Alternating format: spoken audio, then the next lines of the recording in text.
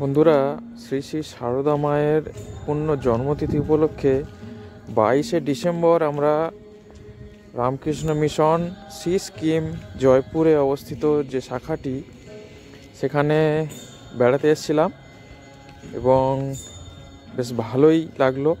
এখানে ভিতরে হোম যজ্ঞ এইসব হলো এবং দেখার পরে বেশ সঙ্গীত পরিচালনা হলো এবং বেশ কয়েকজন একসঙ্গে সমবেত স্বরে সঙ্গীত শুনলাম।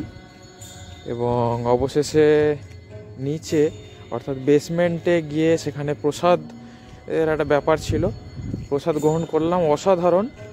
তো আপনারা পরে পরে দেখতেই পাবেন।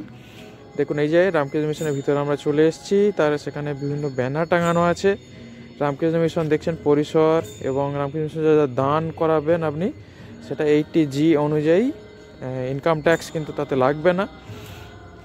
সেই সমস্ত কথা এখানে লেখা আছে, হিন্দিতে লেখা আছে।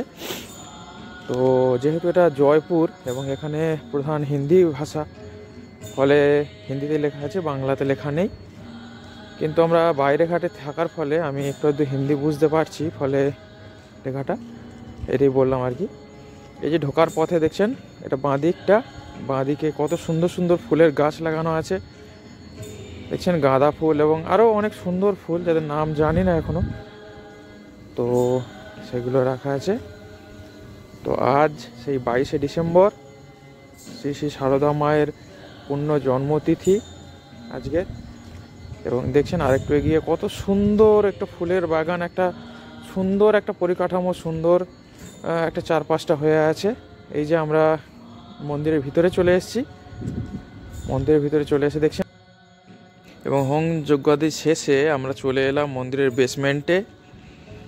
মন্দিরের বেসমেন্ট দেখছেন প্রসাদের কি সুন্দর ব্যবস্থা, খিচুড়ি, এবং প্রথমে দিয়েছে ফল প্রসাদ, খিচুড়ি, তার সঙ্গে একটি তরকারি, এদিকে চাটনি, আর এদিকে পায়েস। ঠিক আছে, এই সবগুলো দিয়ে সুন্দর একটা ব্যবস্থাপনা করা হয়েছে। ঢোকার পথের ভিডিওটা আমি তুলতে পারিনি। ঢোকার পথে ঢুকলে আপনারা দেখতে পেতেন যে ওখানে থালা দিয়ে দেওয়া হচ্ছে, চামচ দিয়ে দেওয়া হচ্ছে। তারপর পরপর যেরকম বুফে সিস্টেম হয়, পরপর থালা নিয়ে এগিয়ে যেতে হয় এবং সেখানে দেয়, সেরকম সিস্টেম। মন্দিরের বাইরের পরিকাঠামো দেখুন, অসাধারণ। দেখছেন কি সুন্দর একটি স্ট্রাকচার, সব পাথরের তৈরি, কিন্তু এগুলো দেখছেন অসাধারণ দেখতে। দেখে আপনার মনে একটি ভক্তি ভাব চলে আসবে। এবং মন্দিরের পাশে একটি অসাধারণ বাগান দেখছেন। এই যে বাগানে বিভিন্ন রকমের গাছ আছে, বিভিন্ন ভ্যারাইটির ফুল গাছ। এবং এই যে দেখছেন আমার সহকারী কর্মী একজন এখানে এসছেন, তিনি যে গাছটা দেখছিলেন সেটা আমলকি গাছ। এই যে দেখছেন মন্দিরটির পিছন দিকটা, এটা অসাধারণ। এবং এখানে এত রকমের গাছ রাখা আছে যে মানে রীতিমতো দেখতে দেখতে আপনার মন ভালো হয়ে যাবে। ফুলের গাছ বিভিন্ন রকমের, এবং শুধু ফুল গাছ নয়, ফুল ছাড়াও আরও অনেক রকমের গাছ আছে। এই যে আমার বন্ধু যেদিকে তাকিয়ে আছেন, সেটি একটি আমলকি গাছ। ঠিক আছে বন্ধুরা, ভালো লাগলে